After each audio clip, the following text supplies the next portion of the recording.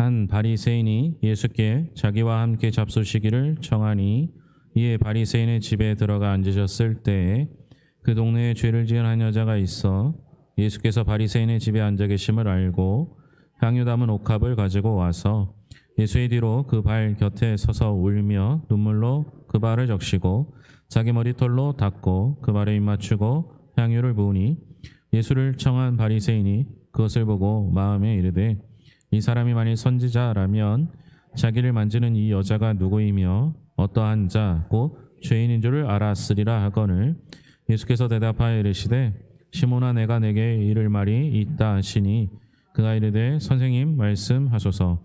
이르시되 빚주는 사람에게 빚진 자가 둘이 있어 하나는 500데나리온을 졌고 하나는 50데나리온을 졌는데 갚을 것이 없으므로 둘 다 탕감하여 주었으니 둘 중에 누가 그를 더 사랑하겠느냐. 시몬이 대답하여 이르되 내 생각에는 많이 탕감함을 받은 자니이다. 이르시되 내 판이 옳다 하시고 그 여자를 돌아보시며 시몬에게 이르시되 너를 보느냐.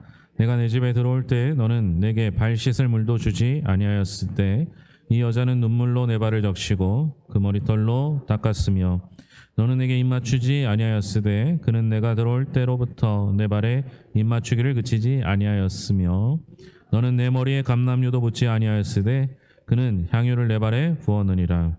이러므로 내가 내게 말하노니 그의 많은 죄가 사하여졌도다. 이는 그의 사랑함이 많음이라. 사함을 받은 일이 적은 자는 적게 사랑하느니라. 이에 여자에게 이르시되 내 죄 사함을 받았느니라 하시니 함께 앉아 있는 자들이 속으로 말하되 이가 누구이기에 죄도 사하는가 하더라. 예수께서 여자에게 이르시되 내 믿음이 너를 구원하였으니 평안히 가라 하시니라. 아멘. 오늘 말씀은 우리가 잘 아는 향유 부은 여인에 관한 내용입니다. 오늘 찬양도 향유 부은 여인을 관한 찬양을 했었죠. 37절 38절 말씀 다시 읽겠습니다. 그 동네에 죄를 지은 한 여자가 있어 예수께서 바리새인의 집에 앉아 계심을 알고 향유 담은 옥합을 가지고 와서 예수의 뒤로 그 발 곁에 서서 울며 눈물로 그 발을 적시고 자기 머리털로 닦고 그 발에 입 맞추고 향유를 부으니. 이 향유 부은 여인에 관한 내용은 다른 복음서에도 있습니다. 그 중에 마가복음과 비교해 보면 누가복음과 좀 다른 부분들이 있습니다. 마가복음에서는 이 향유의 가격이 나오는데요. 약 300데나리온이 된다 이렇게 말합니다. 그 향유의 가격을 말한 것은 그 300데나리온이라는 큰 금액을 향유를 팔아서 그 금액을 가지고 가난한 사람들을 도와주어야 한다라는 이야기들을 많이 했기 때문입니다. 그에 대한 평가를 주님이 아시고 대답하시는데요. 마가복음 14장 6절에서 9절에 보면 예수께서 이르시되 가만두라. 너희가 어찌하여 그를 괴롭게 하느냐. 그가 내게 좋은 일을 하였느니라. 가난한 자들은 항상 너희와 함께 있으니 아무 때라도 원하는 대로 도울 수 있거니와 나는 너희와 항상 함께 있지 아니하리라. 그는 힘을 다하여 내 몸에 향유를 부어 내 장례를 미리 준비하였느니라. 내가 진실로 너희에게 이르노니 온 천하에 어디서든지 복음이 전파되는 곳에는 이 여자가 행한 일도 말하여 그를 기억하리라 하시니라. 이 여인이 행한 일은 곧 십자가의 길, 주님이 지실 그 길을 미리 장례를 준비하는 거라고 말씀하시면서 이 여인의 행한 일은 어디서든 기억될 것임을 말씀해 주십니다. 내용은 식사 자리에 함께 있던 이들과의 대화일지 모르지만 이 여인이 행한 일과 주님의 십자가에 겹쳐지면서 대화가 되죠. 결국 주님의 길을 예비한 세례 요한처럼 이 여인도 주님의 십자가의 길을 예비하면서 칭찬을 받게 됩니다. 여인은 한마디도 하지 않았어요. 그런데 주님의 칭찬을 받게 된 것이죠. 우리 주님은 그 여인의 마음을 알고 있었던 거죠. 주님이 이렇게 우리의 모든 걸 알고 계십니다. 그런데 오늘 읽은 누가복음은 좀 다른 결을 보이게 됩니다. 물론 이제 누가복음 자체가 가난한 자의 복음서라고 불리기 때문에 그럴 수도 있어요. 누가복음에는 주로 가난한 사람, 여인들, 병든 자들이 등장합니다. 그래서 상대적으로 부유하거나 지위를 갖고 있는 사람들이 소외당하는 것 같아 보입니다. 그런데 오늘 말씀에는 그렇지 않습니다. 바리새인에 관한 이야기가 나오죠. 36절입니다. 한 바리새인이 예수께 자기와 함께 잡수시기를 청하니 이에 바리새인의 집에 들어가 앉으셨을 때에 바리새인이 예수님을 초대합니다. 저는 여기서 의문을 품게 됐어요. 여러분, 바리새인은요 기본적으로 예수님을 좋아하지 않습니다. 사두개파 사람이든 바리새파 사람이든 율법을 중시하는 사람들은 예수님을 좋아할 수가 없습니다. 왜냐하면 그들은 예수님께서 율법을 깨트린다라고 생각했기 때문이에요. 물론 우리 주님은 율법을 깨트리러 오신 것이 아니라 완성하러 오셨다라고 말씀하고 계시죠. 그런데 왜 바리새인이 예수님을 초청했을까, 초대했을까라는 의문이 들게 됩니다.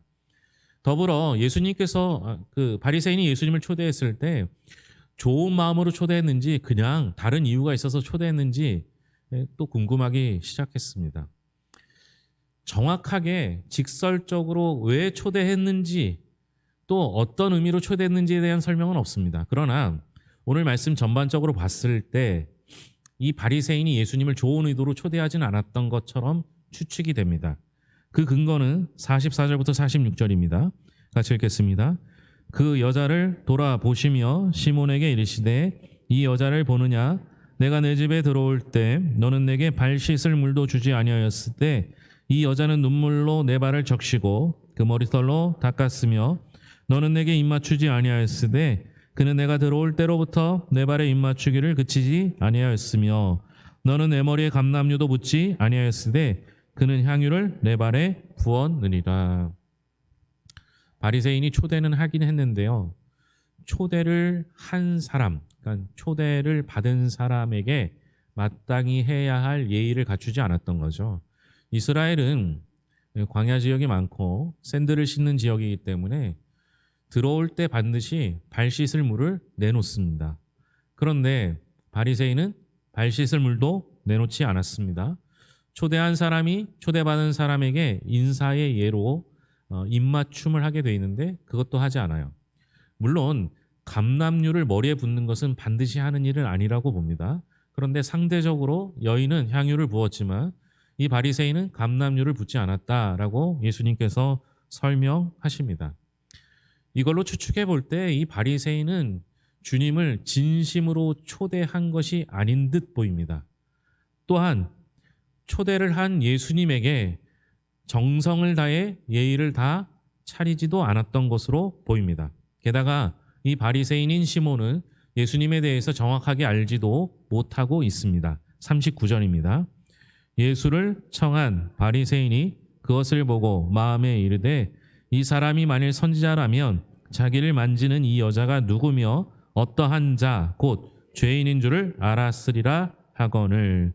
예수님에 대해서 뭐라고 생각하고 있습니까? 선지자라고 생각합니다. 그리고 그 선지자의 해야 할 일이 지금 이 여인이 누구인지를 알고 있어야 한다라는 것을 전제하고 있죠. 선지자라면 이 향유를 부인 여인이 죄인이라는 것을 알아차렸어야 한다라고 설명하는 겁니다. 여러분 한번 생각해 보세요. 예수님께서 그 여인이 죄인인 걸 알면 어떻게 해야 한다라는 겁니까?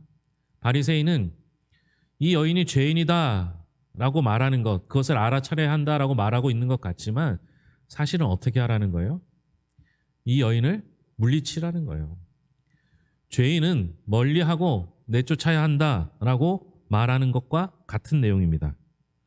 그런데 우리 주님은 선지자가 아닙니다. 게다가 죄인이라고 해서 거리를 두거나 멀리하거나 내쫓는 분이 아닙니다. 그래서 주님은 그 동네 사람들 모두가 죄인이라서 거리를 두고 멀리했던 이 여인을 품어 주십니다. 47절입니다. 이러므로 내가 내게 말하노니 그의 많은 죄가 사하여졌도다. 이는 그의 사랑함이 많음이라. 사함을 받은 일이 적은 자는 적게 사랑하느니라. 오히려 죄인으로서 미움을 받았던 그 여인을 품어 주십니다. 마음을 위로해 주시죠. 더 큰 죄인이었기 때문에, 더 많은 미움을 받았기 때문에, 더 많이 외로웠기 때문에 주님의 용서와 위로는 이 여인에게 큰 은혜로 다가옵니다. 이것을 무엇이라 부를 수 있습니까? 주님의 사랑을 빼놓고는 설명할 길이 없습니다. 죄가 더 많아서 더 용서받았고 더 많은 사랑을 받았습니다. 우리는 이 여인의 심정을 압니다. 더 많은 사함을 받았기 때문에 주님을 더 사랑합니다. 너무 많은 죄를 지었기 때문에 지금 이 자리에 있는 것이 기적입니다. 너무 무지했기 때문에 주님을 찬양할 수 있는 것이 기적입니다. 너무 부족했기 때문에 지금 주님과 함께하는 것이 은혜일 뿐입니다. 그래서 우리는 이 여인에게 감정이입을 하고 나도 그렇게 많은 은혜를 받았다라고 생각합니다. 그런데 오늘 말씀에서 우리는 여인의 모습도 보지만 오늘 우리와 닮은 사람이 하나 있는데 그가 바리새인입니다. 바리새인처럼 주님의 모습을 오해하고 있습니다. 여인이 죄인이라서 멀리해야 한다고 생각하는 것처럼 말이죠. 만약 주님이 죄인을 멀리해야 한다면 초대하고 환대하지 않을 시몬의 식사 초대를 거절했어야 합니다. 인사도 물도 입맞춤도 감람루도 제공하지 않았던 시몬의 집을 떠나야 했습니다. 자신도 죄인이면서 죄인인 여인을 함부로 판단하면서 그것으로 주님까지 판단했던 시몬을 꾸짖어야 했습니다. 심지어 주님의 모습을 오해하고 있었던 시몬과 함께할 수는 없었던 것이죠. 그런데 주님은 시몬을 향해서 친절히 탕감받은 사람의 이야기를 통해서 주님의 사랑 이야기를 해주고 계십니다. 심지어 시몬이 비난하던 여인과 비교해 주면서 주님의 사랑을 이야기해 주십니다. 마가복음과 비교해서 오늘 누가복음은요, 예수님과 시몬, 바리새인과의 대화가 주가 됩니다. 여인은 이미 많은 사랑을 받았습니다. 치유를 받았죠. 여인이 치유를 받는 것이 오늘 말씀의 핵심이 아니라는 거예요. 왜냐하면요, 여러분, 이 여인이 주님께 나와 그것도 바리새인의 집 안으로 들어와서 주님께 향유를 붓는 그 상태는 이미 회복된 상태입니다. 여러분, 내가 죄인이고 많은 사람들이 나를 업신여기고 죄인이라고 판단하고 정죄하는 사람이라면 여러분들이 많은 사람이 있는 곳에 나갈 수 있습니까? 그렇지 못합니다. 우리가 많은 사람들 앞에 나올 수 있는 것은 이미 회복되었기 때문입니다. 그래서 용기가 생긴 것이죠.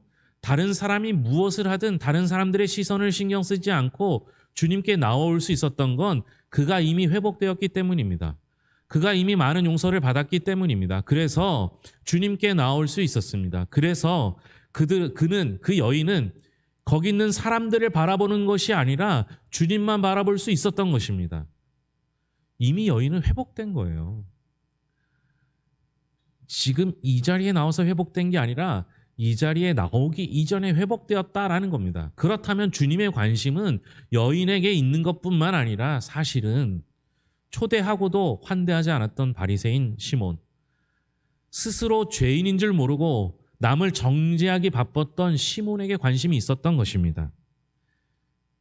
48절부터 50절까지 함께 읽겠습니다. 이에 여자에게 이르시되 내 죄 사함을 받았느니라 하시니 함께 앉아있는 자들이 속으로 말하되 이가 누구이기에 죄도 사하는가 하더라. 예수께서 이 여자에게 이르시되 내 믿음이 너를 구원하였으니 평안히 가라 하시니라. 예수님께서 이미 다 회복되어 주님께 나온 이 여인에게 죄 사함의 선포를 하십니다. 심지어 50절에서는 구원을 선포하시죠. 무슨 의미라고 생각하십니까? 예수님께서 회복되어 나온 그 여인을 많은 사람들 앞에서 공개적으로 죄 사함과 구원을 선포하신 것입니다. 더불어 그 자리에 앉아있던 바리새인 시몬을 향하여 예수님의 본 모습을 보여주고 계신 것이죠. 예수님의 참 모습은 선지자나 선생님이 아니라 구원자 되십니다. 다시 한번 복귀해 볼까요? 바리새인은 그저 인기 있었던 주님을 초대했던 겁니다. 다른 사람도 초대하니까, 다른 사람도 교회에 나오니까 나도 교회에 나오는 것, 다른 사람들이 예수님께 식사 대접을 했으니까 나도 그냥 대접하여 나도 인기에 편승하려고 했던 그 시몬의 모습입니다. 좋아해서가 아니라 당시 많은 인기가 있었던 주님을 초대한 것뿐입니다. 거기다 주님을 선지자로만 생각했죠. 그래서 여인을 죄인이라고 판단하고 미워하고 멀리했습니다. 왜 그랬을까요? 바리새인은 주님에 대한 바른 이해가 없었던 것입니다. 우리 역시 주님에 대한 바른 이해가 없다면 바리새인과 다를 바가 하나도 없습니다. 주님은 선지자가 아닙니다. 인기인이 아닙니다. 주님은 죄인과 의인을 구별해서 좋은 사람만, 의인만, 예수 믿는 사람만, 그 사람들만을 위한 분이 아니십니다. 주님은 구원자가 되십니다. 의사도 교사도 선지자도 성인 군자도 아닙니다. 예수님은 우리의 구원자가 되십니다. 바리새인 시몬은 왜 이랬을까요? 바리새인인 자신이 죄인인 줄 몰랐기 때문입니다. 자신이 죄인인 줄 모르니까 여인을 정죄합니다. 그리고 이미 회복되어 나온 그 여인에게 주님께서 죄사함과 구원의 선포를 하셨을 때 자신이 죄인임을 깨닫지 못합니다. 자신이 죄인인 줄 깨달았고 주님이 구원자 되심을 알았다라면 자신의 죄를 고백하고 그 자리에서 구원을 받았을 것입니다. 오늘 우리는 자신할 수 있습니까? 내가 누구인지, 주님이 어떤 분인지 알고 계십니까? 그런데 왜 아직도 누군가를 정죄하며 살고 계십니까? 왜 아직도 주님을 내 집에 초대하시고 환대하지는 않으십니까? 왜 우리 멋대로 주님을 판단하고 죄인을 멀리하라고 가르치고 계십니까? 더 많은 것을 탕감받은 사람이 은혜를 입은 줄 이론적으로는 알면서 왜 내가 더 많은 죄를 탕감받았다라는 사실은 모르고 계십니까? 아직도 다른 사람들의 시선을 의식하면서 살고 계십니까? 주님은 우리의 구원자 되십니다. 여러분, 많은 사람들 앞에서 주님을 초대한 거로 만족하시면 안 됩니다. 주님이 내 삶의 주인이 되셔야 합니다. 주님이 내 모든 걸 주장하도록 내 자신을 내어드려야 합니다. 초대와 환대 사이에서 초대로 만족하지 마시고 주님을 환대하는 믿음의 사람들이 되어야 할 것입니다. 우리는 남을 정죄하기는 쉬워도 내 자신을 깨닫기는 어렵습니다. 남에 대해서는 잘 알지만 내 눈에 있는 들보는 보지 못합니다. 우리가 해야 할 일은 주님을 진심으로 찾고 구하고 만나는 것입니다. 그저 예배하는 것으로 만족하시면 안 됩니다.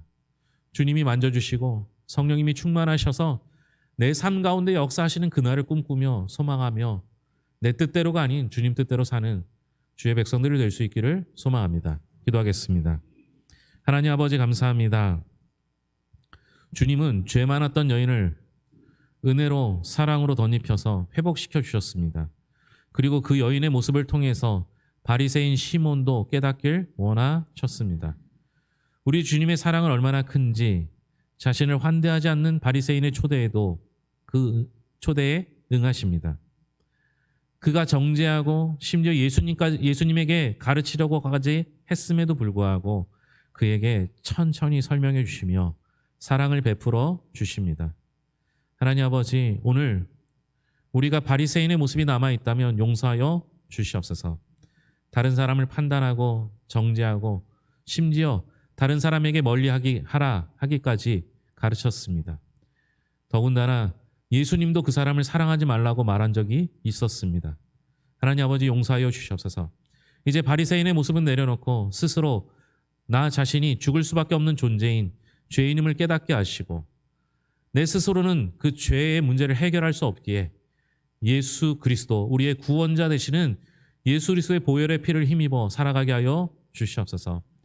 이제 내 안에 그리스도가 살아 역사하셔서 내 삶의 주인이 내가 아니라 우리 주님이 내 삶의 주인이 되게 하여 주시옵소서. 그래서 주님의 뜻대로 살아가는 주의 백성들 되기를 소망합니다. 하나님 아버지, 우리는 더 많은 죄가 있었습니다. 그런데도 내 죄를 보지 못했습니다. 그러나 우리 주님께서는 그 많았던 죄를 탕감하여 주시고 더 많은 사랑으로 덧입혀 주셔서 우리를 회복시켜 주셨습니다. 이제 하나님 아버지, 우리가 주님이 주신 그 회복의 은총에 덧입혀서 구원받은 자로, 구원을 전하는 자로, 구원의 증거자로 살게 하여 주시옵소서. 새 학기를 시작하며 새로운 일을 계획하며 새로운 봄을 기대하며 살아가는 모든 성도들을 주님께서 은혜로 채워주실 것을 믿으며 모든 것을 예수님의 이름으로 기도합니다. 아멘.